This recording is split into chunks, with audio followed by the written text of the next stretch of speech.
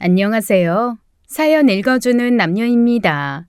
오늘도 와주셔서 감사드리며 그럼 오늘의 사연 바로 소개해드리겠습니다. 우리 딸이 가르쳐준 대로 핸드폰으로 사연 라디오를 틀어놓고 할 일을 하게 된 지도 꽤 되었네요.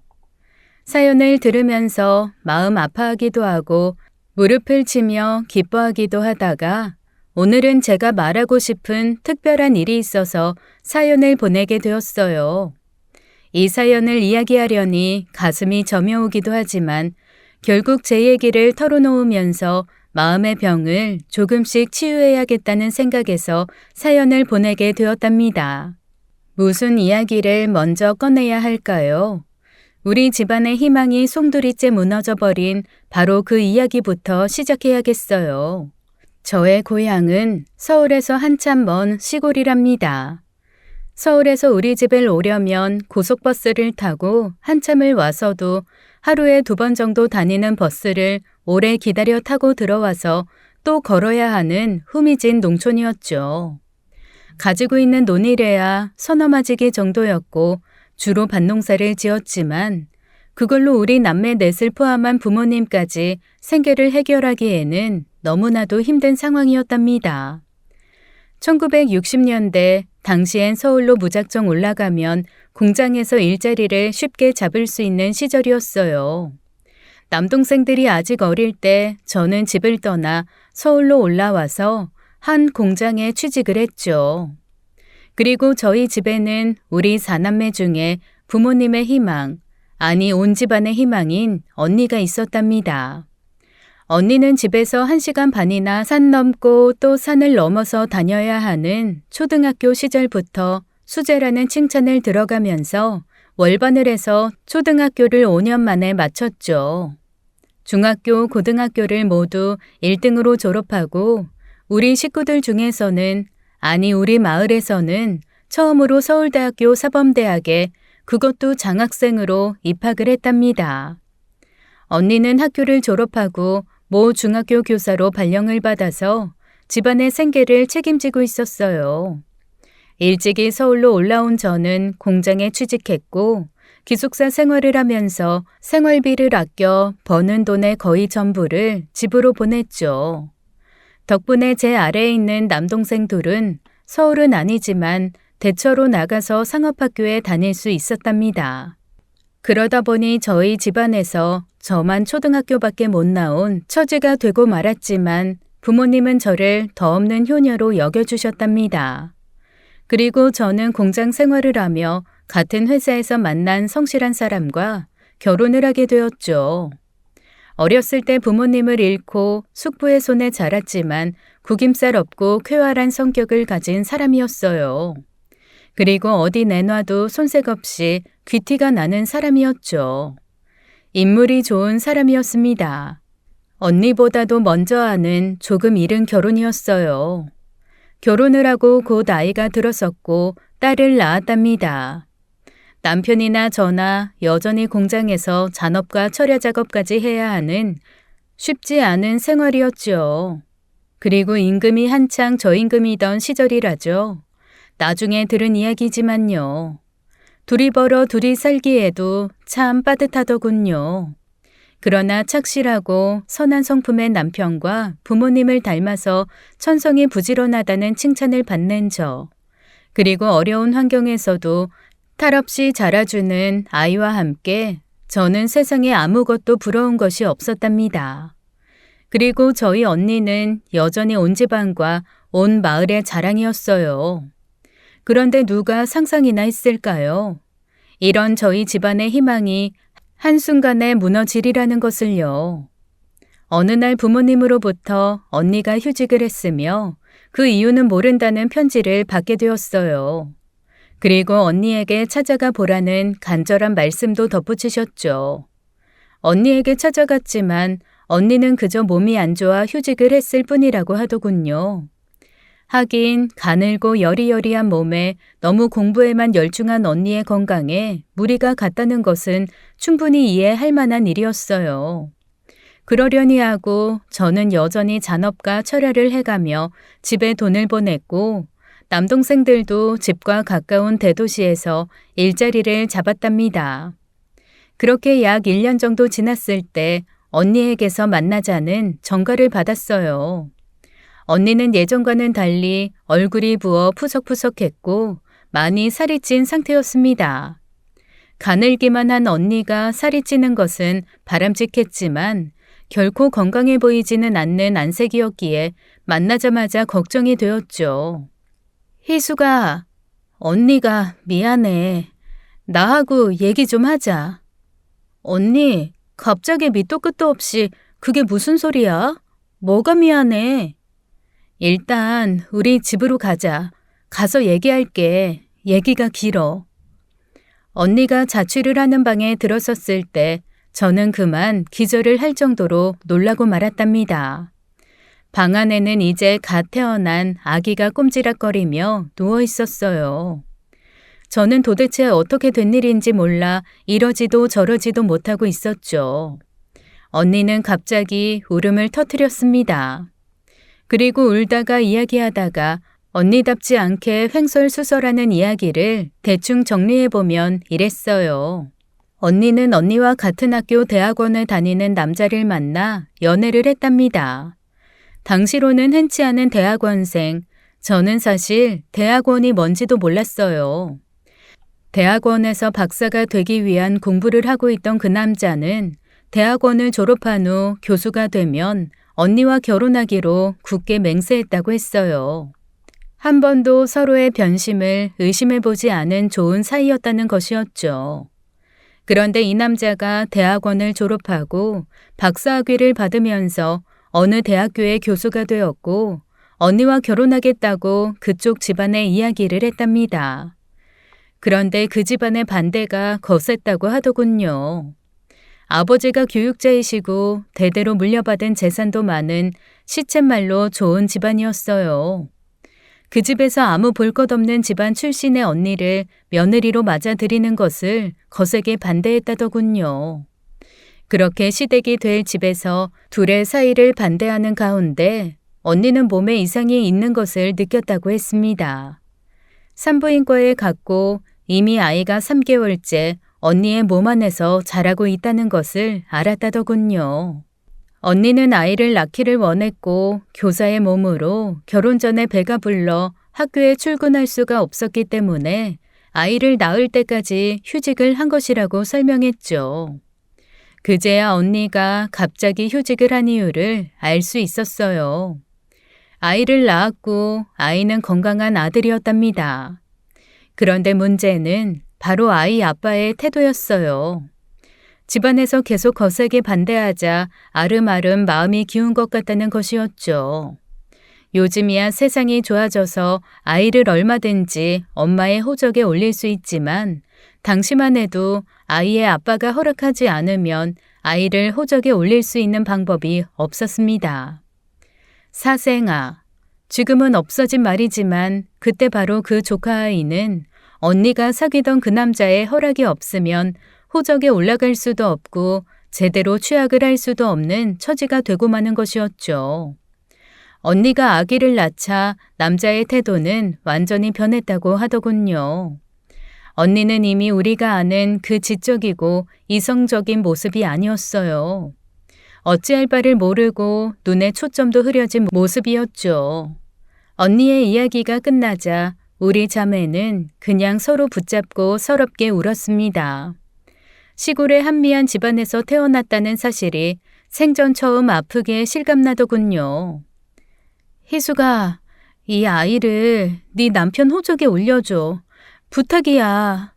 언니는 이런 엄청난 제안을 했습니다. 우리 부모님께도 알리지 말고 그저 네가 낳은 아기로 해서 호적에 올려줘. 양육비는 내가 학교에 다시 복직하면 충분히 키울 수 있도록 보내줄게. 제부하고 의논을 좀 해줘. 긍정적으로 생각할 수 있도록 제발 설득해줘, 희수가. 남편에게 차마 입이 떨어지지 않았지만 결국 남편을 붙잡고 의논을 했습니다. 어떻게 그런 일이? 그런 나쁜 놈이 세상에 어디 있어? 그냥 넘어갈 일이 아니구만. 마음이 떠나서 영 희망 없는 사람을 이제 와서 어쩌겠어요. 그것보다는 지금 우리 언니가 처해 있는 상황이 더 심각하잖아요. 우리 아니면 언니를 도울 수가 없어요. 남편은 너무나 황당한 일임에도 불구하고 저의 설득 끝에 아이를 자신의 아이로 받아들여 호적에 올려주기로 했답니다. 그리고 우리 아이처럼 키우겠다고 다짐을 해주었어요. 나중에 알았지만 법적으로는 용인될 수 없는 입양이었죠. 아이를 집으로 데려다가 우리 딸의 동생으로 키우기 시작했습니다. 그런데 이것이 불행의 끝이 아니었어요. 어느 날 제가 공장에서 일을 하고 있는데 작업반장이 저를 부르더군요. 무슨 일인가 해서 가보니 언니가 어느 병원에 있고 제가 다니는 회사의 전화번호를 간신히 불러주었다고 했습니다. 사랑하는 남자에게 배신당하고 아이까지 품에서 떼어놓은 언니는 결국 희망의 끈을 놓아버린 것이었어요. 먹으면 치명적인 무슨 약을 먹었다고 의사가 설명하더군요. 언니는 사흘 정도 병원에 있다가 그만 세상을 떠났습니다. 세상을 떠나기 전 언니는 흐려지는 의식 속에서 제게 무엇인가 적힌 쪽지를 건네주었어요.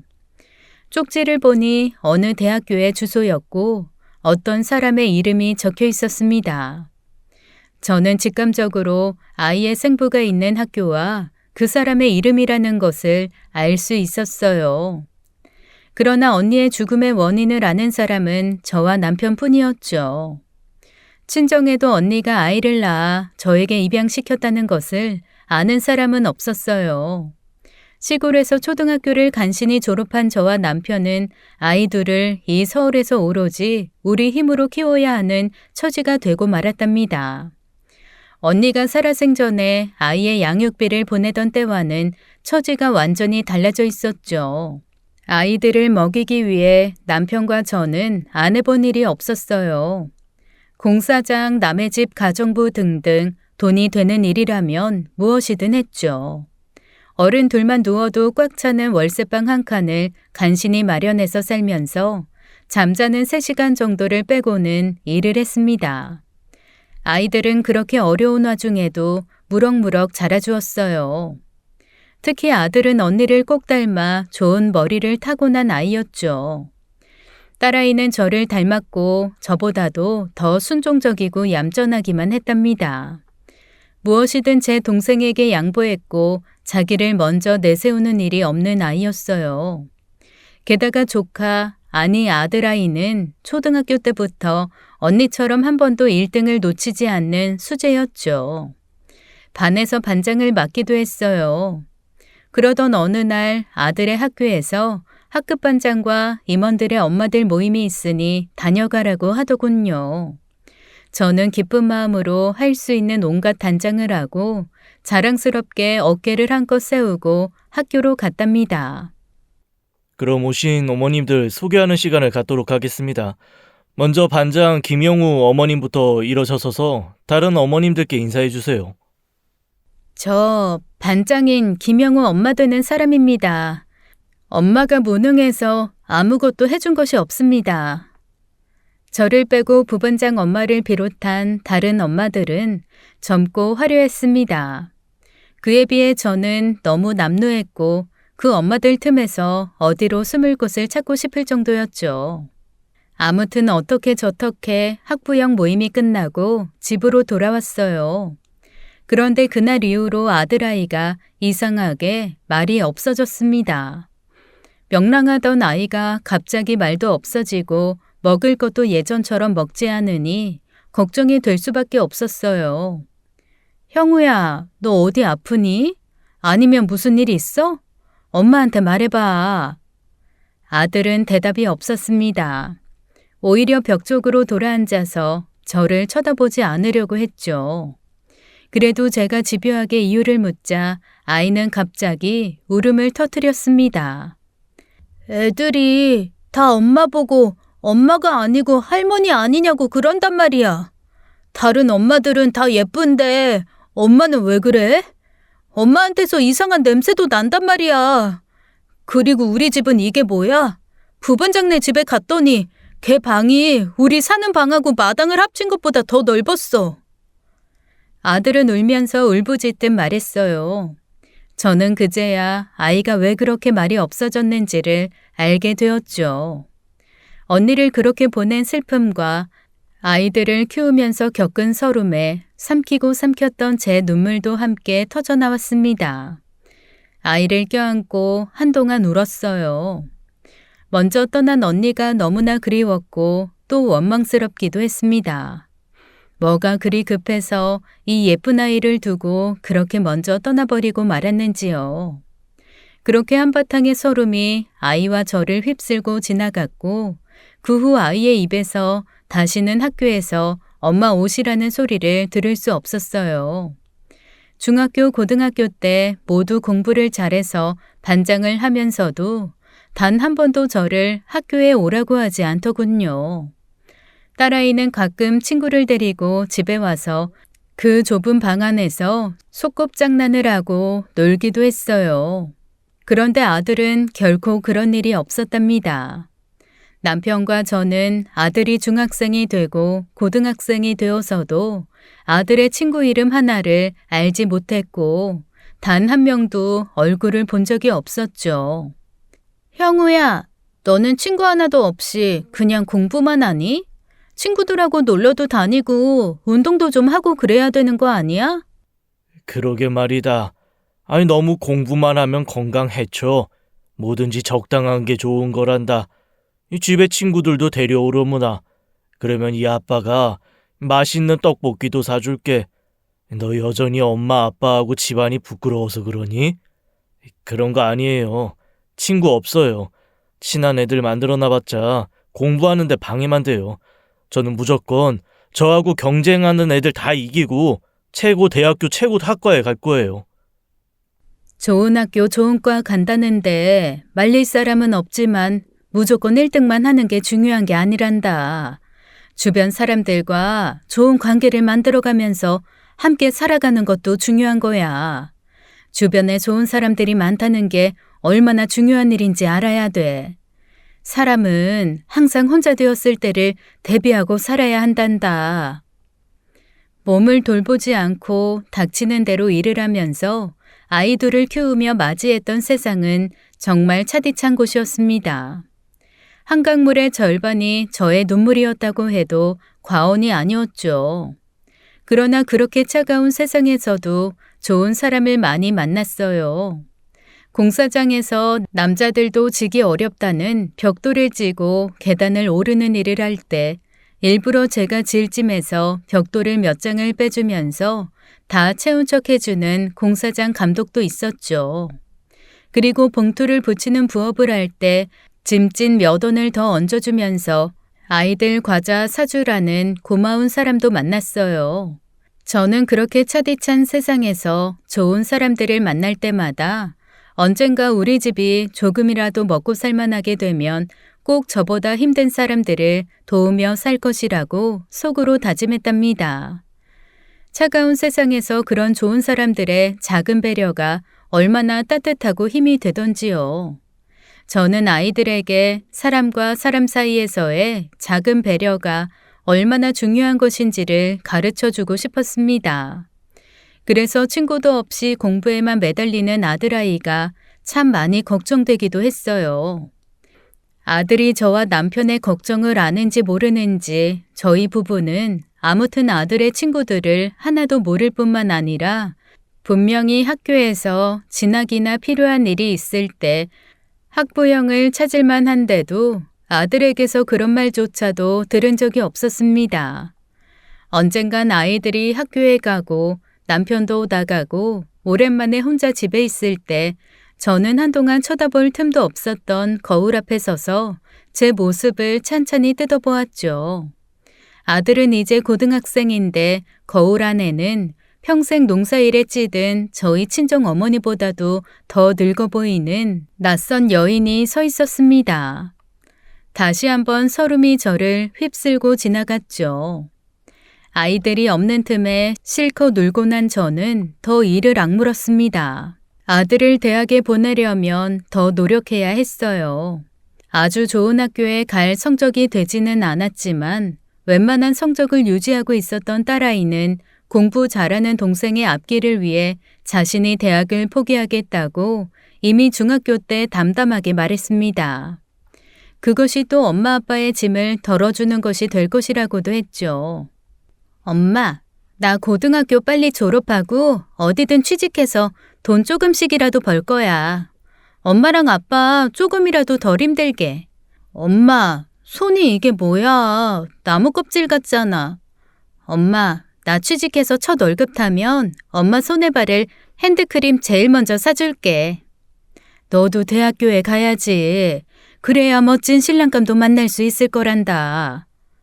엄만 하나도 힘들지 않으니까 대학 포기할 생각하지 마라.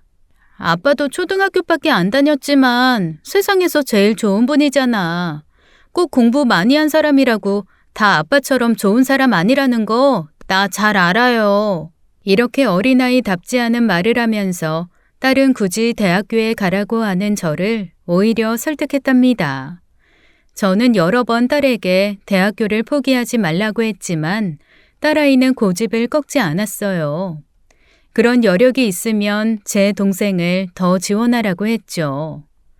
그런 딸아이의 마음 씀씀이가 차가운 세상에서 저를 배려해주던 그 따뜻한 사람들의 손길 같았어요. 저와 남편은 딸의 표현대로 손이 나무 껍질보다 더 단단하게 되도록 노력을 해서 아이들의 초등학교에 들어갈 무렵에는 간신히 서울역 근처에 한 골목에 막대기로 기둥을 세우고 그 위에 포장을 친 국수를 만들어 파는 가게를 운영하게 되었답니다. 그럴듯한 점포가 있었던 것도 아니고 그저 테이블 서너 개만 놓고 시작한 일이었어요. 공장에서 버는 빠듯한 월급보다 더 많은 돈을 만질 수는 있었지만 아직도 생활은 여유롭지 않았어요. 그래도 공사장, 남의 집 일 등으로 떠돌아다니지 않는 것만 해도 행복했답니다. 그러나 그 무엇보다도 그 어려운 환경을 이기고 공부를 잘해서 수제 소리를 듣는 아들과 집안 형편 탓에 너무 일찍 철이 들어버렸지만 눈에 넣어도 아프지 않을 따뜻한 마음을 가진 딸내미가 제 행복의 전부였어요. 드디어 아들은 고등학교를 졸업하고 그 어렵다는 서울대학교 의대에 입학했죠. 아들의 합격 소식을 들은 날 저는 언니 생각에 슬픈 눈물을 감출 수 없었지만 또한 아들의 합격 소식에 기쁨의 눈물을 흘렸어요. 그런데 이 기쁜 소식에도 마냥 기뻐할 수만은 없는 것이 바로 등록금 문제였습니다. 국수 가게가 그럭저럭 되어가고는 있었지만 아직은 내 식구 먹고 사는 일 정도만 예전보다 조금 여유 있게 해결할 수 있었거든요. 남편과 저의 씨름은 깊어졌어요.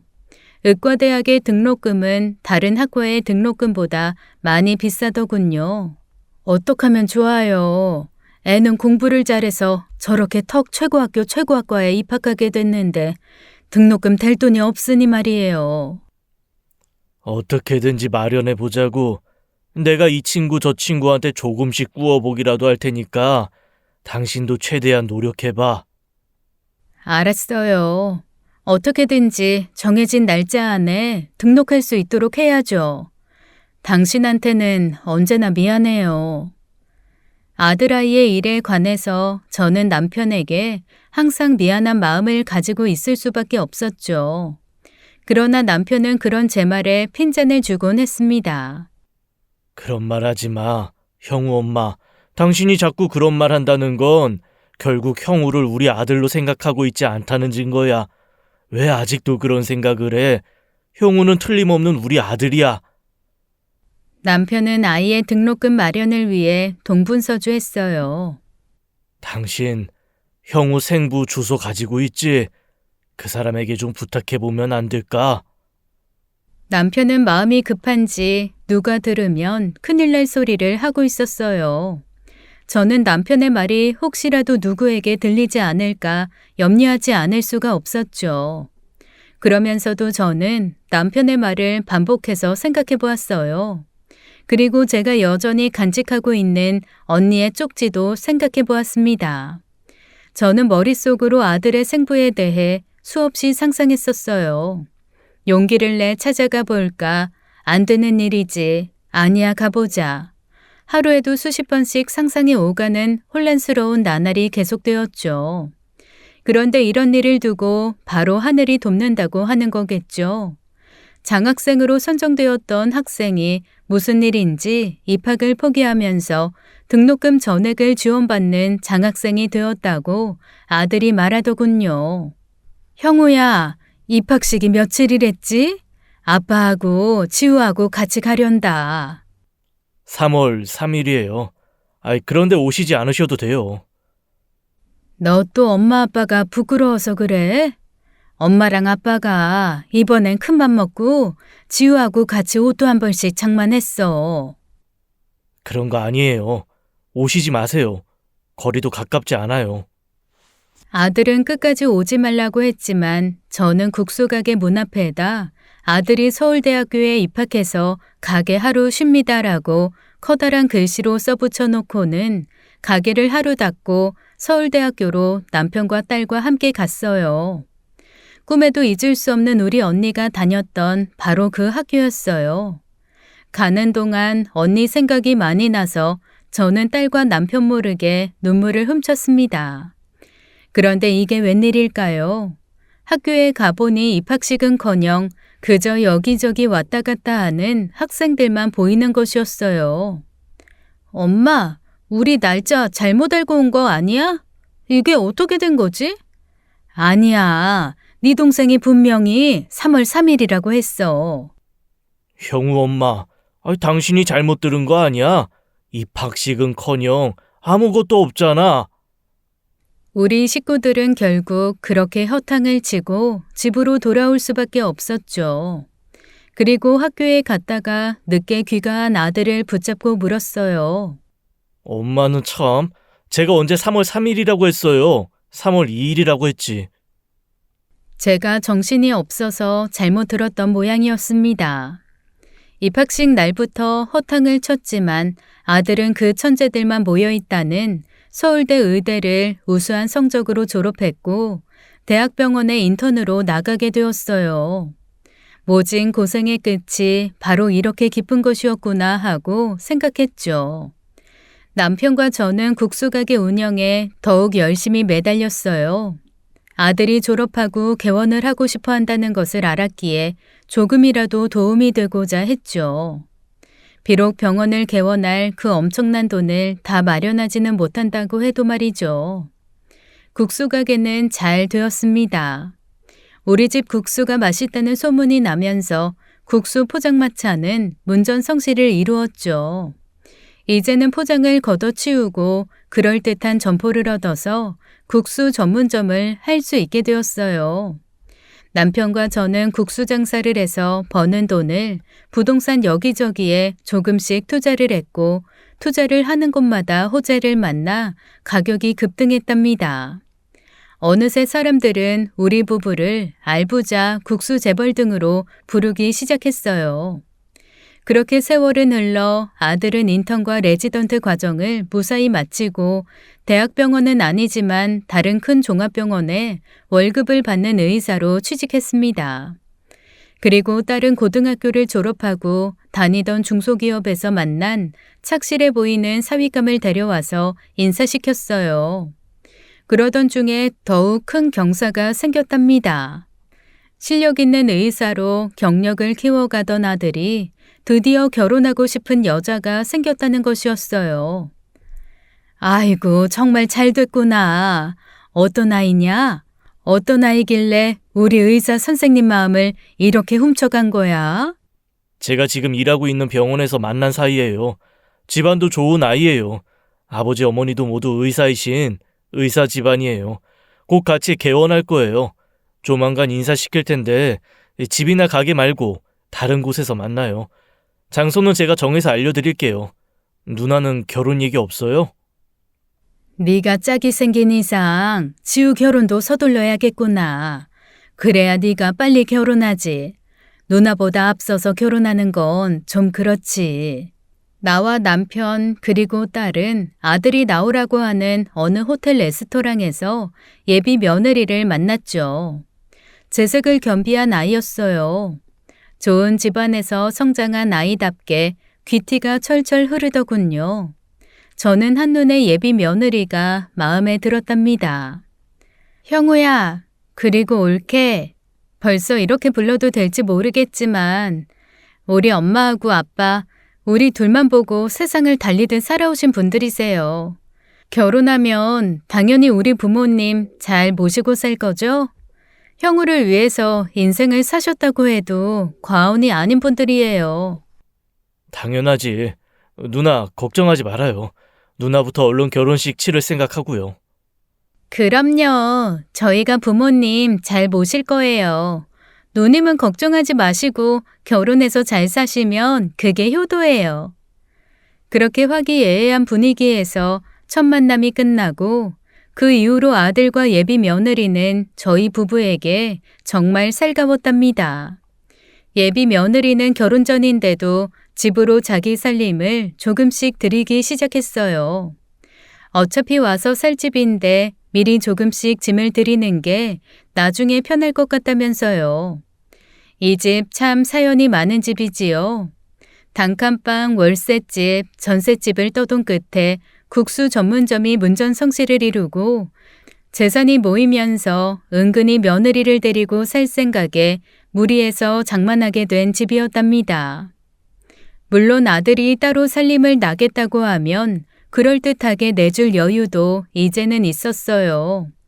첫 만남을 가진 지 1년이 조금 안 되었을 때 아직 결혼식을 올리기도 전에 예비 며느리는 집으로 아예 들어앉았습니다. 예비 사돈과는 아직 상견례도 갖기 전이라 조심스럽기도 했답니다. 걱정 마세요, 아버님, 어머님. 제가 다 친정 부모님들하고 상의해서 하는 일이에요. 친정 부모님들께서는 형우 씨가 너무 마음에 들어서 형우 씨 집안에 대한 일도 모두 알아서 하라고들 하세요. 그리고 혼인신고는 먼저 할 거예요. 예비 며느리, 아니 혼인신고를 했으니 이제 며느리겠죠. 며느리는 그러나 공부밖에 모르고 자라서인지 집안 살림에는 영 소질이 없었어요. 저도 국수 가게 때문에 바쁘고 해서 집에서 일할 사람을 하나 들이기로 했죠. 며느리는 친정에서 소개해주는 사람을 드리고 싶다고 하더군요. 나쁠 것 없는 일이었죠. 며느리는 보기에도 믿음직한 아주머니 한 분을 데리고 왔습니다. 저 역시도 아주머니에게 모든 것을 맡기고 가게 일에 열중할 수 있어서 좋았어요. 아들은 바빠서 거의 귀가가 늦었고 며느리는 며느리대로 병원 일에 바빴죠. 딸 역시 결혼해서 우리 집에서 멀지 않은 곳에 신혼살림을 차렸고 결혼한 지 1년쯤 되었을 때 곧 손주가 태어날 것임을 알려주었습니다. 형님, 이제 배가 많이 부르네요. 언제가 산딸이랬죠? 왜? 부러워? 너무 일에만 열중하지 말고 이제 엄마 아버지께 손주 소식 전해줄 때 아닌가? 그래요, 부러워요. 그런데 결혼식 한 다음에요. 배불러서 웨딩드레스 입는 건 좀 그렇잖아요. 결혼식 너무 미뤄지는 거 아닌가 싶어서 사돈댁에 죄송해서 그렇지. 어떻게 키운 따님이실 텐데 결혼식도 없이 이렇게 와서 며느리 노릇 그것도 착하게 해주고 있는 게 죄송해서. 그래 아가. 사돈댁에 면목 없는 노릇이니 얼른 상견례하고 서둘러 결혼식 날짜 잡자꾸나. 네 어머니 알겠어요. 어머니 시키시는 대로 서두를게요. 형우 씨도 어머님 아버님 말씀이라면 하느님 말씀으로 아는 사람이니까 의논할게요. 원해도 참. 이렇게 행복만이 가득 찬 나날이 흘러가고 있었어요. 그런데 사람의 욕심이 끝이 없다고 했던가요? 나무랄 데 없는 며느리까지 들이고 나니 손주 생각이 간절해지더라고요. 그래서도 더욱 아들과 며느리에게 결혼식을 서두르라고 했죠. 그러던 어느 날 아들과 며느리가 저에게 말하더군요. 엄마, 결혼식 곧 할 텐데 이 사람이나 나나 바빠서 신혼여행 갈 시간이 없어요. 그래서 가까운 일본으로나 하루 이틀 다녀올 생각인데 엄마랑 아버지도 같이 가세요. 그렇게 하세요, 어머니. 일본이 온천이 좋잖아요. 저희도 피곤하고 해서 온천 쪽으로 가고 싶고 어머님, 아버님께도 좋을 것 같아서 그렇게 하자고 했어요. 늙은이들이 왜 아들 신혼여행에 끼어? 얘들도 참 별소리를 다 하는구나. 그래. 너희들끼리 오붓하게 다녀오려구나. 우리는 그저 가까운 온양 온천에나 한번 다녀오면 되지 않겠냐. 이렇게 말하긴 했지만 사실 남편과 저는 내심으로는 좋았답니다. 그렇지만 주책 없이 금방 그러자꾸나 할 수야 있나요? 그래서 짐짓 여러 번 안 간다고 했죠. 그리고 딸에게도 이 말을 전했어요. 우리 엄마 아빠 이제 아주 복 터지셨네. 효성 깊은 아들 며느리에 장사도 잘 나가서 재벌 수준이지. 그러고 보니까 나만 아주 별 볼 일 없네. 좀 샘나는데? 네가 왜 별 볼 일이 없어? 내가 지금까지도 제일 소중하게 간직하고 있는 게 뭔 줄 아니? 그게 뭔데요? 그런 게 있었어요? 아빠 연애 편지? 연애 편지는 무슨... 바로 네가 첫 월급 타서 사다 준 핸드크림이란다. 처음에 조금만 바르고 그대로 간직해뒀어. 동생을 위해서 진로도 포기하고 늘 엄마 생각해준 네 마음 엄마가 다 알고 있어. 네가 세상에서 제일 효녀다. 엄마는 참 갑자기 눈물 날라 그러네. 엄마, 형우랑 올케가 그렇게 가자고 하는데 그냥 못 이기는 척 다녀오세요. 일본의 온천이 그렇게 좋다잖아요. 형우가 엄마 아빠 신경통 생각해서 그러는 모양인데. 아들 며느리가 강력하게 권하고 딸까지 이렇게 말하는데 더 이상 사양할 이유가 없었죠. 저는 딸 표현대로 못 이기는 척 따라 나서기로 했답니다. 아들과 며느리는 신혼여행이 아니라 마치 저희 부부를 위한 효도 여행을 온 것 같았어요. 일본에서 제일 번화한 거리도 구경했죠. 일본이 일본 같지 않고 유럽 어느 나라에 온 것 같은 느낌이 드는 곳이라고 아들 며느리가 구경하자고 하더군요. 우리 늙은이들이야 뭘 아나요. 아이들이 가자는 대로 가는 거죠. 그렇게 해서 일본 동경에서도 가장 번화하다는 오다이바라고 했던가요? 그 거리도 구경하게 되었답니다. 정말 일본이 서양 어느 나라 같았어요. 텔레비전에서 본 프랑스 같기도 하고 미국 같기도 하더군요. 방송국이랑 여러 중요한 시설도 밀집해 있는 곳이라고 아이들이 일러주었습니다. 그 거리에 있는 한 건물에 들어가 서로 통해 있는 통로를 통해 이 건물 저 건물을 오가며 우리는 일본의 중심가를 실컷 구경하고 유명하다는 맛집에 가서 일본식 돈가스도 맛있게 먹었어요. 그러고 나서 온천이 좋다는 일본의 한적한 시골로 향했죠. 기차를 타고 한참을 가서도 또 한참을 더 들어가야 하는 곳에 진흙이 보글보글 끓는 우리나라에서는 볼 수 없는 신기한 온천이 있었어요. 무슨 가스인지 온천을 가득 덮고 있었고 한 치 앞도 보기 어려운 곳이었지만 온천물은 정말 좋더군요. 수십 년 묵은 신경통이 한꺼번에 날아가 버리는 느낌이었어요. 그렇게 며칠을 그 온천에 묵었습니다. 일본에서도 아주 오지라서 집들이 마치 드라마에나 나오는 옛날 일본 집들과 비슷하더군요. 아들과 며느리는 우리를 위해서 미리 집 한 채를 빌려 놓았다고 했어요. 일본 사람들조차도 많이 찾지 않는 곳이라 식당도 없어 밥도 해먹어야 하는 곳이었답니다. 마치 어릴 적 소꿉장난하듯이 오순도순 밥을 해먹고 온천을 하면서 아들 며느리와 며칠을 지내다 보니 서울로 돌아가기 싫을 정도로 천국 같았어요. 온천에서 조금 걸어나가면 바닷가도 볼 수 있었죠. 사람이 많지 않은 곳이라 빈배들만 몇 척 보이더군요. 세상에 어떻게 이런 곳이 다 있다니? 여기 있다가 서울 갈 생각을 하니 정말 시끄러워서 못 갈 것 같구나. 그러게 말이다. 어떻게 이런 곳을 다 찾았냐? 여기야 늙은이들이나 좋지. 너희 같은 젊은 애들이 뭐가 재밌었겠니? 우리 때문에 너희들이 생각 많이 한 것 같구나. 우리 같은 노인네들이 조용히 쉬기 꼭 좋은 장소였습니다. 우리를 생각해준 아들 며느리에게 참 고마웠죠. 남편과 나는 바닷가를 거닐면서 말했답니다. 나중에 더 늙으면 이런 곳에 와서 여생을 보내자고요. 여행을 와서 며칠을 그렇게 보내고 아이들이 배를 타고 바다를 좀 돌아보자고 하더군요. 온천에서 뿜어나오는 가스 덕분에 바다에 안개가 잔뜩 낀 것 같은 모양새였습니다. 꼭 영화에나 나올 것 같은 배경 속에 들어가 있는 기분이었죠. 아이들 말로는 한참을 나가도 허리 높이밖에 안 되는 얕은 바다라고 하더군요. 정말로 땅과 인접한 바닷물은 무릎 정도밖에 안 될 정도로 얕았고 그림 같은 작은 배가 떠 있었어요. 남편과 저는 그 배에 몸을 실었습니다.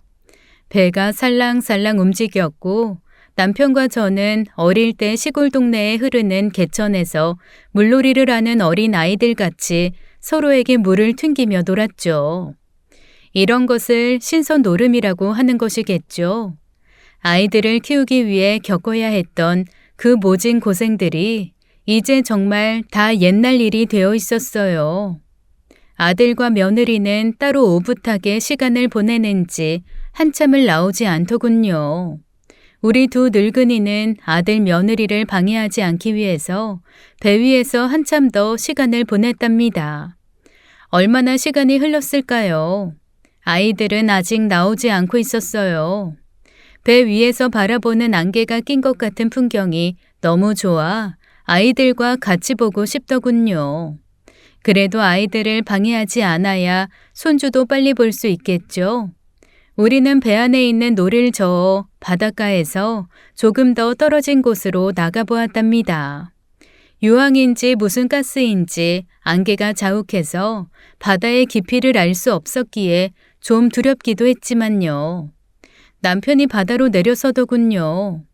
해변에서 한참을 나왔는데도 바다는 깊지 않은 것 같았어요. 여전히 시골의 시냇물처럼 얕은 바다.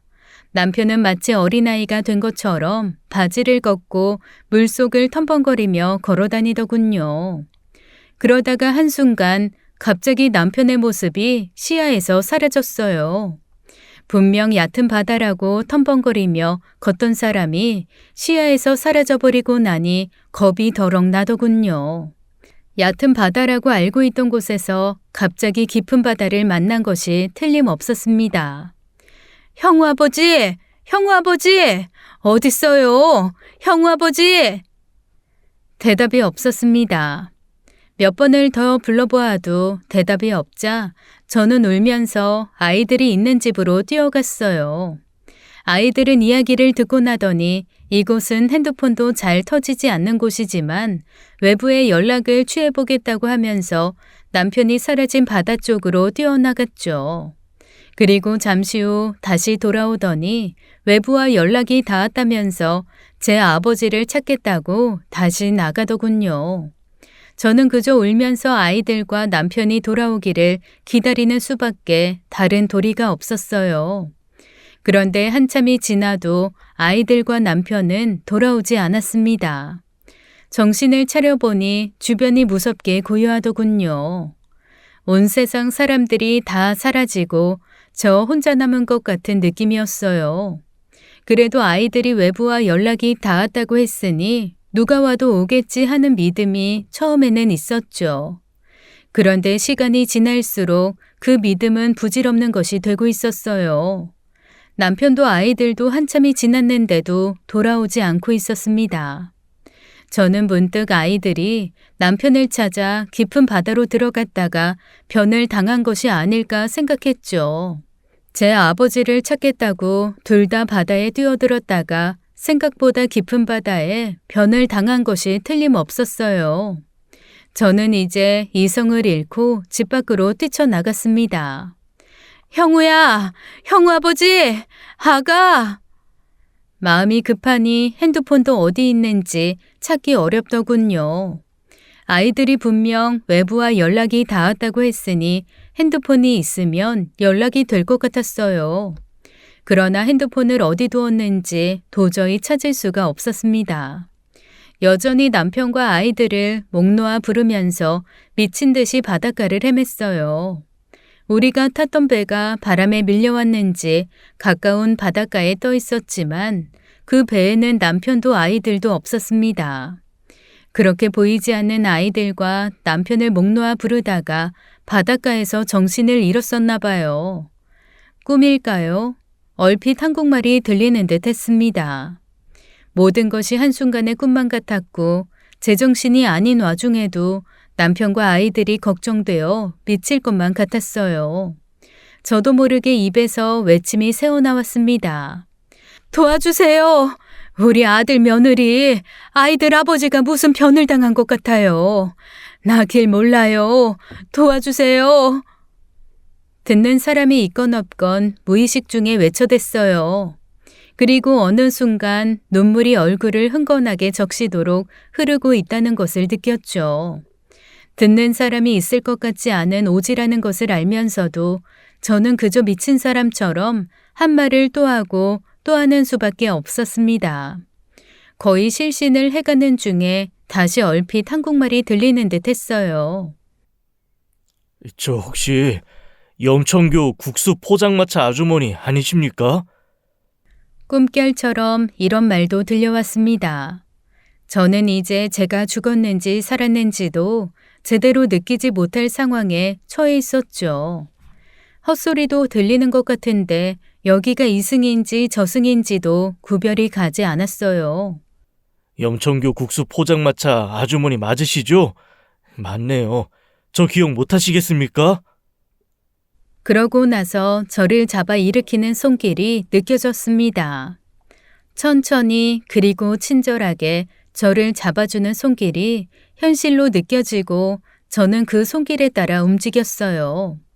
그 손길은 저를 어딘가에 앉게 하더니 친절하게 물병을 건네주었죠.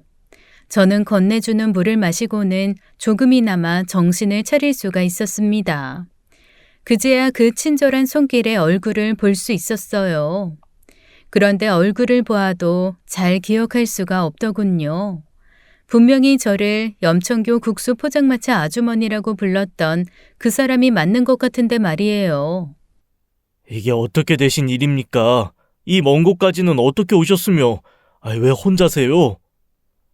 물을 몇 모금 들이켜고 이제 좀 정신이 난 저는 그 사람을 붙잡고 우리 아들과 며느리 그리고 남편을 찾아달라며 울음을 터뜨렸습니다. 그리고 자초지종을 말했죠. 그 행위는 저의 이야기를 차분히 들어주었습니다. 그러고 나서 걱정 마시라고 저를 다독였죠. 알아서 다 처리해 주겠노라고 마음 놓으시라면서요. 도와주겠다는 말에 대충 정신이 다 돌아온 제게 그 사람은 옛날 일 한 가지를 이야기하기 시작했어요. 저와 남편이 서울역 근처에서 포장을 치고 테이블 서너 개를 놓고 장사를 시작한 지 얼마 안 되었을 때의 이야기였죠. 이야기를 끝까지 듣고 보니 이제야 선명하게 기억나는 일이 하나 있었습니다. 점포도 없이 천막 비슷한 포장을 위쪽에 치고 테이블 서너 개를 놓고 싸구려 국수를 파는 집에 찾아오는 손님들은 거의 모두가 어려운 형편의 사람들이었어요. 싼 가격이었지만 가격을 물어보고는 못 먹고 그냥 나가려는 사람들도 많았습니다. 그런 사람들을 붙잡아 앉히고 국수 한 그릇을 꼭 먹여보내곤 했었어요. 나중에 잘 되면 갚으라고 하면서요. 그렇게나마 하는 것이 그 차가웠던 세상에서 저를 배려해 주던 따뜻한 마음들에 대해 은혜를 갚는 길이라고 생각했죠. 그러던 어느 날의 일이었어요. 남루한 차림에 어떤 젊은이가 들어와서 국수 한 그릇을 주문하더군요. 한눈에 보기에도 허기져 보이기에 저는 다른 사람들에게 주는 양의 2배쯤 국수를 넉넉히 담아 내주었습니다. 허겁지겁 먹는 청년을 보니 몇 끼니를 굶은 것 같더라고요. 그래서 가게에서는 팔지 않지만 제가 먹으려고 가지고 나온 도시락의 밥을 그릇에 담아 건넸었죠. 그 청년은 그 밥도 허겁지겁 먹어 치우더니 갑자기 포장을 젖히고 나가서 도망을 가는 것이었어요. 국수값도 계산할 수 없는 처지에 그 청년이 배고픔을 이기지 못하고 들어와서 국수를 주문해 먹고는 도망을 가는 것이 분명했죠. 뛰지 마. 돈 안 내도 괜찮아. 넘어져. 천천히 가. 나중에 잘 되면 갚아. 걱정하지 마. 넘어진다니까. 천천히 가. 행인은 제게 말하더군요. 그때 한없이 울면서 뛰어갔다고요. 세상이 다 저를 버린 것 같았을 때 그 말씀이 얼마나 따뜻하던지요. 단 하루도 그 친절을 잊은 적이 없습니다. 그래서 결심했죠. 꼭 다시 일어나서 아주머니처럼 어려운 사람에게 베풀며 살겠다고 말이에요. 음식값 떼어 먹고 도망가는 조에게 넘어지니 뛰지 말고 천천히 가라는 그 말씀이 제 인생을 바꾸어 놓았습니다. 부친의 사업을 젊은 나이에 이어받아 파산하고 난 후였다고 했습니다. 저는 아주 잠깐 아들과 며느리, 남편에 대한 걱정을 잊고 그때의 그 청년을 다시 만나게 되었다는 사실이 참 기뻤어요. 그리고 다시 그 청년, 아니 이제는 아주 젊은 청년은 아니었지만 그때의 그 청년을 잡고 사정 이야기를 했습니다. 우리 아들 며느리가 다 의사야. 우리 내외하고 같이 여행을 왔었는데 무슨 변을 당했는지 애들 아버지랑 애들 둘이 다 없어졌어. 청년, 도와줄 수 있으면 좀 도와주시오. 네? 의사요? 아니, 어느 병원에 있어요? 이름이 뭔데요? 우리 아들은 김영우고 며느리는 민채은이라오. 대성병원에 다녀요. 그래요? 제가 잘 아는 사람들입니다. 이게 무슨 우연의 일치인지요. 그때 저를 그렇게 도와주신 이유, 저 노가다 뛰어가면서 대학교 시험 쳐서 의대에 입학했습니다. 아직도 오지인 농촌이나 어촌, 그리고 전쟁이 난 지역으로 의료봉사활동을 다니고 있어요. 여기도 무의촌이고 주민들도 많지 않지만 의료봉사를 위해서 일본 의사들 몇하고 같이 왔어요. 그때 아주머니께 받은 은혜를 조금이나마 갚을 길이라고 생각하면서 그렇게 해왔습니다. 아, 그래요? 그러면 우리 애들 찾는 것 좀 도와줘요. 그런데 가만히 있어보자. 아니, 민재은 선생님의 시어머니가 정말 맞으십니까? 제가 김영우 선생님은 잘 모르는데 민재은 선생은 잘 아는 사람이라 그 사람들 결혼식에 갔었거든요. 아니, 그런데 그 어머님이 아니신데요? 그게 무슨 말이에요? 우리 애들은 아직 결혼식도 안 올리고 혼인신고만 하고 우리 내외하고 살고 있어요. 사돈하고 상견례도 안 했는데 결혼식이라니. 아닙니다. 분명히 민재은 선생이고 그날 신랑의 이름도 김형우라는 기억이 나는걸요. 김영우 선생님 어머님 아버님 얼굴도 어렴풋이 기억납니다. 그럴 리가요. 우리 바깥 양반하고 난 도대체 모르는 이야기라오. 잠시만요. 그날 결혼식 사진을 자기 핸드폰으로 찍는 친구를 본 기억이 납니다. 그 친구한테 전화해서 혹시 파일이 있는지 알아보겠습니다. 이게 도대체 어떻게 된 일인지 알아야 할 것 같습니다. 여기는 핸드폰도 잘 안 되는 곳이라고 하던데요. 오지여서 핸드폰이 잘 안 되기는 하지만 먹통은 아니에요. 금방 연결될 겁니다. 조금 전에도 한국에 있는 다른 팀하고 연락을 한걸요. 그러고 나서 그 청년은 핸드폰으로 어떤 사람과 통화를 하더군요. 그리고 얼마 걸리지 않아서 핸드폰을 열어서 사진을 저한테 보여주더라고요. 지금 바로 친구한테서 받은 거라고 하면서 말이에요. 사진을 본 저는 눈을 의심할 수밖에 없었습니다. 사진 속의 신랑 신부는 분명 우리 아들과 며느리였어요. 하객이 좋기 수백 명이 넘어 보였어요. 사돈댁이 성공한 집이라고 하더니 사돈댁 쪽의 하객도 많았겠죠. 그런데 아들 뒤에 서 있는 하객 중에 제가 아는 얼굴은 하나도 없었답니다.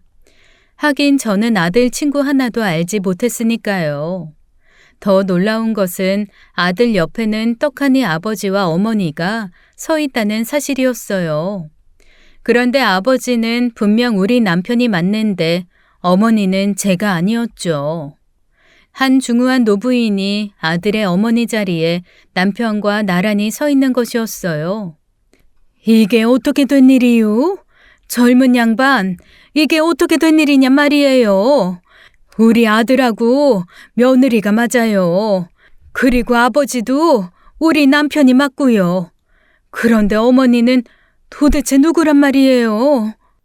정말 아드님하고 며느님이 맞다는 말씀이시죠? 그렇다면 이거 정말 이상한 일이네요. 그리고 여기 오신 것도 아드님, 며느님이 오자고 하신 거란 말씀이시죠? 그리고 나가서 돌아오질 않으셨다고요, 두 분 다. 그리고 그 청년은 또 말했죠. 사실 민재은 선생, 우리 며느리와는 같은 의과대학을 나와 아는 사이인데 죄송한 말씀이기는 하지만 좋아하는 사람은 아니라고요. 고등학교 시절 학교 폭력에 관련된 사람이라는 소문도 무성하다는 이야기도 하더군요. 저는 우리 착한 며느리가 그럴 리가 없다고 그 청년에 칠 듯이 대들었지만 그 청년이 지금 제게 거짓말을 할 이유는 없었어요. 그 청년은 한국으로 전화를 걸어 아들과 며느리가 다니는 병원에 전화번호를 물었고 둘 다 일본에 출장 중으로 다음 주에나 출근할 것이라며 떠났다는 사실을 확인해 주었어요. 의료봉사를 위해 이 오지에 왔다는 그 청년이 아들의 결혼식 사진을 보여주는 순간부터 저는 여러 가지 일들이 이상했다는 것을 비로소 깨닫게 되었습니다. 계속 결혼식을 미루던 일, 상견례를 끝까지 하지 않은 일, 그리고 굳이 일본까지 같이 가자고 때를 쓰듯이 조르던 일 등등 예전에는 전혀 아무렇지도 않게 지나쳤던 일들이 이상하게 생각되기 시작했습니다. 그러나 생각하고 또 생각해도 알 수 없는 것은 아들의 결혼사진 속의 아버지가 분명히 제 남편이 틀림없다는 사실이었어요. 청년은 우리 며느리 민재은 선생의 학교폭력 관련 소문은 거의 사실로 밝혀지고 있다는 말도 했죠. 그러고 나서 결정적으로 제게 말했습니다. 아주머니, 이런 말씀 정말 죄송합니다만 뭔가 이상한 범죄 같은 냄새가 납니다. 빨리 귀국하시는 것이 좋겠어요. 제가 모시겠습니다. 김영우 선생과 민재은 선생은 다음 주에나 출발한다고 했다니 말입니다. 범죄에 관련된 일이 아니기를 저도 바라지만 만에 하나 그렇다면 더욱이 빨리 귀국하셔야 합니다. 청년은 가진 돈도 한 푼 없는 나를 두고 사라져버린 아들과 며느리 대신 비행기 표를 사서 함께 귀국해 주었어요. 그리고 귀국해서도 그 청년은 친절하게 집에까지 동행해 주었죠. 도어락 비밀번호를 누르고 들어가자 가정부 아줌마가 저를 보고 얼굴이 하얗게 질린다는 것을 육안으로도 알 수 있었죠. 아줌마, 뭔가 알고 있구만. 어떻게 된 일인지 얘기해줘야겠어요. 아주머니. 아주버님, 사실대로 말씀하셔야 합니다. 만일 아드님과 며느님이 어머니를 고의로 일본에 버렸다면 그건 명백한 범죄입니다. 아주머님도 공범으로 처벌받지 않으시려면 있는 사실대로 말씀해 주셔야 합니다. 그래야 참작이라도 돼요. 나는 아는 게 없어요. 그냥 여기 와서 일하라고 했고 며느님이 알아내라는 일 몇 가지 알아내주고 그리고 뭐요? 일본으로 떠나고 나서 다음 날 어머니 아버지의 조난 신고를 비밀리에 해달라고 해서 그것만 했어요. 나는 사실 아드님하고 며느님이 고용하신 결혼식 때 어머니 역할 한 사람하고 같은 사무실에 있어요. 보수가 좋아서 그만. 그 청년이 믿을 수 있는 사람이라며 소개해준 변호사의 도움을 받아 내가 모르던 사실을 알 수 있었어요. 우선 남편과 내가 동시에 배가 가라앉아 조난을 당한 것으로 신고되어 있더군요. 저는 우리 집 대문에 붙어있던 도어락을 뜯어내어 완전히 새 것으로 바꾼 다음에 비밀번호까지 바꿔버렸죠. 그리고 아들과 며느리의 짐을 모두 챙겨서 바깥으로 내다 버렸어요. 비싼 컴퓨터며 그 잘난 책들이며 할 것 없이 모두 내다 버렸습니다. 제가 그렇게 모진 고생을 할 때 오직 하나의 의지는 아이들이 잘 자라주고 있다는 것이었어요. 공부를 잘한다는 것, 그것도 자랑스러웠지만 무엇보다도 착한 아이들로 자라고 있다는 것을 의심해 본 적은 없었습니다. 그런데 아들이 저도 모르게 가짜 어머니를 동원해서 결혼식을 올리고 아무렇지도 않게 며느리를 집으로 데려와 저와 같이 살았다는 사실을 생각하니 기가 막히더군요. 딸에게 숨긴다고 숨겨질 수 있는 일이 아니었어요. 언제 알아도 알게 될 일이었죠. 딸과 사위에게 사실을 털어놓고 대책을 세우기로 했습니다. 사위는 여기저기서 사람을 사기도 하고 직접 알아보기도 하면서 사실을 캐들어가기 시작했어요. 사위와 변호사의 도움으로 일본에서 돌아온 지 며칠 안에 사돈집의 연락처도 알게 되었죠. 장모님, 어렵더라도 사돈댁 사람들을 만나보는 것이 순서일 것 같아요. 장모님 말씀 들어보니 처남댁은 모든 사실을 알고 있는 것 같아요. 사돈댁 어른들도 속았을 수 있어요. 엄마, 이게 도대체 무슨 일이에요? 형우가 어떻게? 엄마 아닐 거예요. 우리가 뭘 잘못 알아도 단단히 잘못 알고 있는 거예요. 그리고 아버지가 큰 변을 당하신 것 같아요. 어떡해요? 사돈집에 연락해서 만나자고 했습니다. 어렵사리 성사된 만남의 자리에서 사돈들은 어리둥절해 하더군요. 자신들은 이미 어떤 대학교 총장이라고 하는 박가사돈과 그 부인인 안사돈과 상견례를 하고 여러 번 만나서 아이들의 혼사에 대해 의논했으며 당연히 그 사람들을 사돈으로 믿었다고 했습니다. 아들의 어머니라는 사람이 가짜 사돈이라는 것을 알게 된 사돈 부부는 일의 자초지종을 듣고는 마침내 눈물을 보이더군요. 저는 사돈 내외의 이 말을 듣고 혼란에 빠지고 말았어요. 남편은 그렇다면 가짜 아내를 앞세우고 아들의 결혼식에 참석한 것이 되죠. 그리고 대학 총장이라니요. 남편은 시골에서 초등학교밖에 다니지 않은 촌부인데 대학 총장이라는 것은 또 무슨 이야기인지 도무지 갈피를 잡을 수가 없었답니다.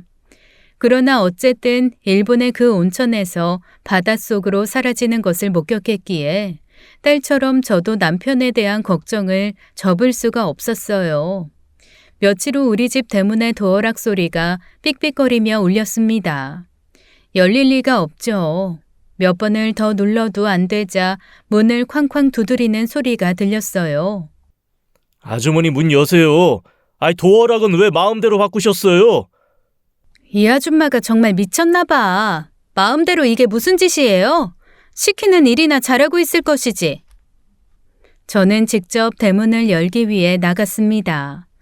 문을 열자 아들과 며느리는 그야말로 기겁을 하더군요. 며느리는 심지어 다리에 힘이 풀려서 쓰러지려고 했어요.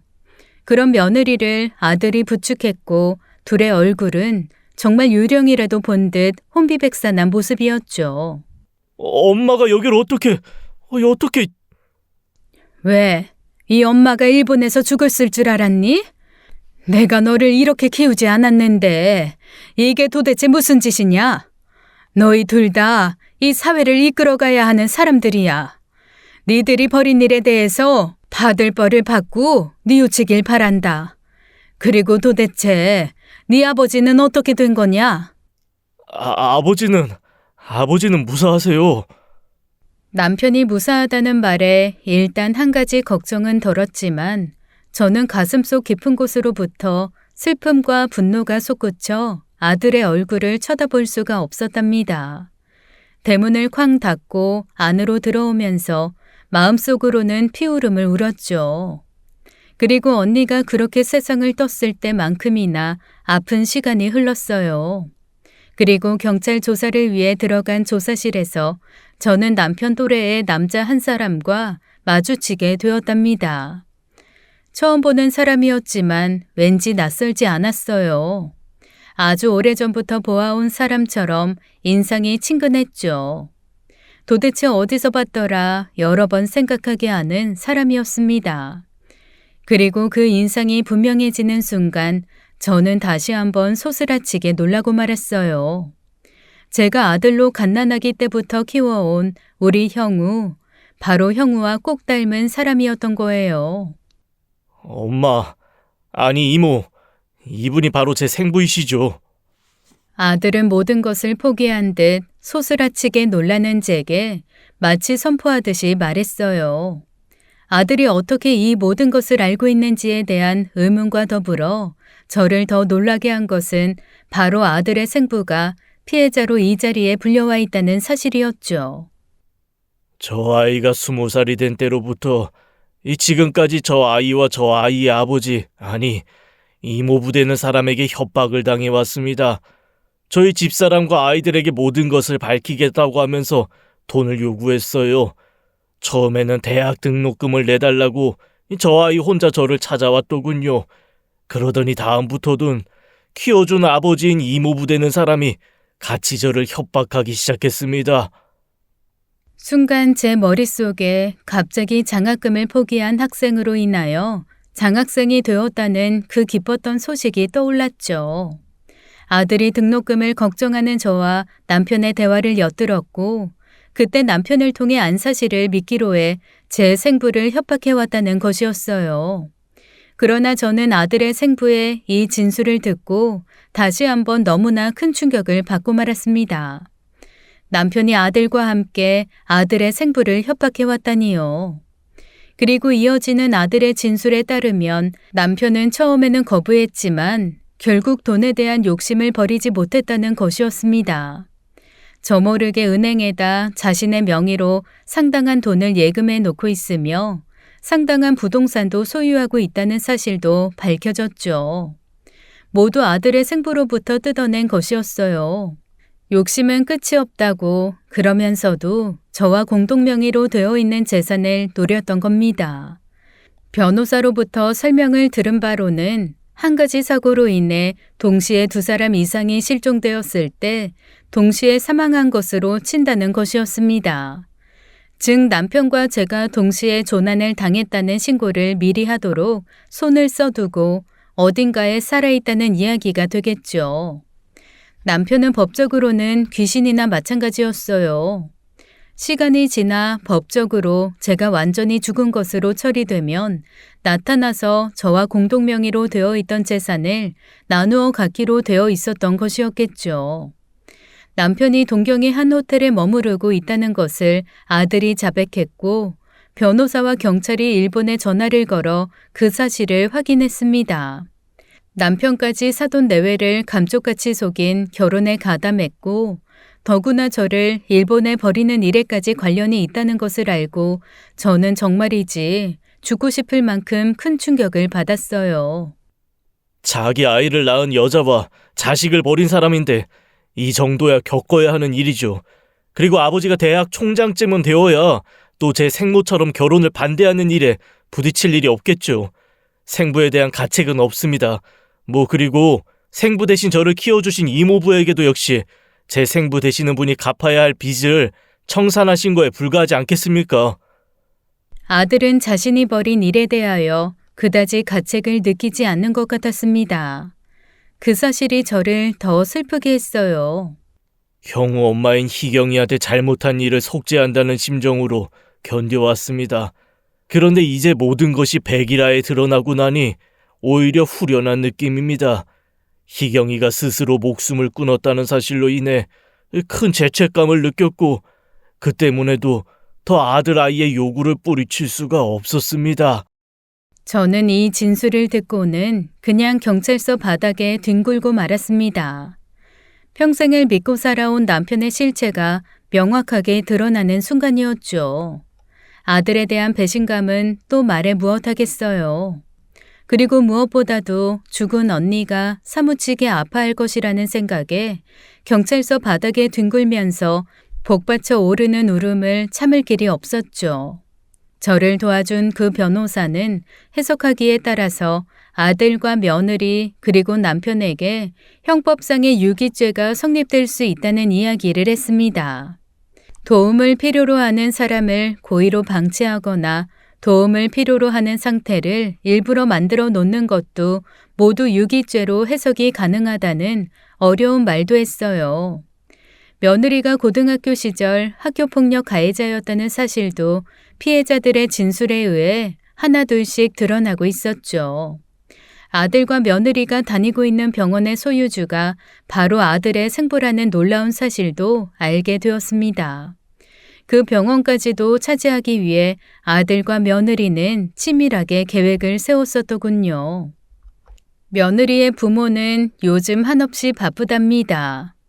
딸의 고등학교 시절 피해자들을 찾아다니며 입을 막으랴, 저를 찾아와서 정상을 참작해 주겠다는 문서를 부탁하랴, 몸이 10개여도 모자라는 사람들이 되고 말았어요. 저는 그러나 법이 제 아들을 선처해 주기를 바라지 않습니다. 무엇보다 제가 아이들을 그렇게 키우지 않았어요. 사회를 이끌어 나가야 하는 입장에서 오히려 이 사회에 해악이 되는 일을 저지른 아들이 죗값을 치르면서 진심으로 반성해 주기를 바라기 때문이죠. 처음에는 언니를 생각해서 선처를 구해볼까도 생각해봤지만 언니도 역시 그것을 바라지 않을 거라는 생각을 하게 되었답니다. 언니도 저도 찢어지게 가난한 집안에서 자라났지만 결코 남의 가슴에 못 박는 일 없이 그저 선하게만 살다 가신 부모님 슬하에서 자라났어요. 그렇기에 더욱 아들의 선처를 요구할 수 없었습니다. 딸은 저와 함께 기거하면서 돌이킬 수 없이 다쳐버린 제 마음을 다독이는데 온갖 정성을 기울이고 있답니다. 어쩌면 저 역시 며느리의 부모와 입장이 같다고도 할 수 있을 거예요. 자식 잘못 키운 죄에 있어서 말이죠. 일생을 받은 만큼 베풀면서 선하게 살고자 했던 저의 삶은 이렇게 다쳐버리고 말았지만 저는 나머지 일생도 또한 선하게 살아갈 것입니다.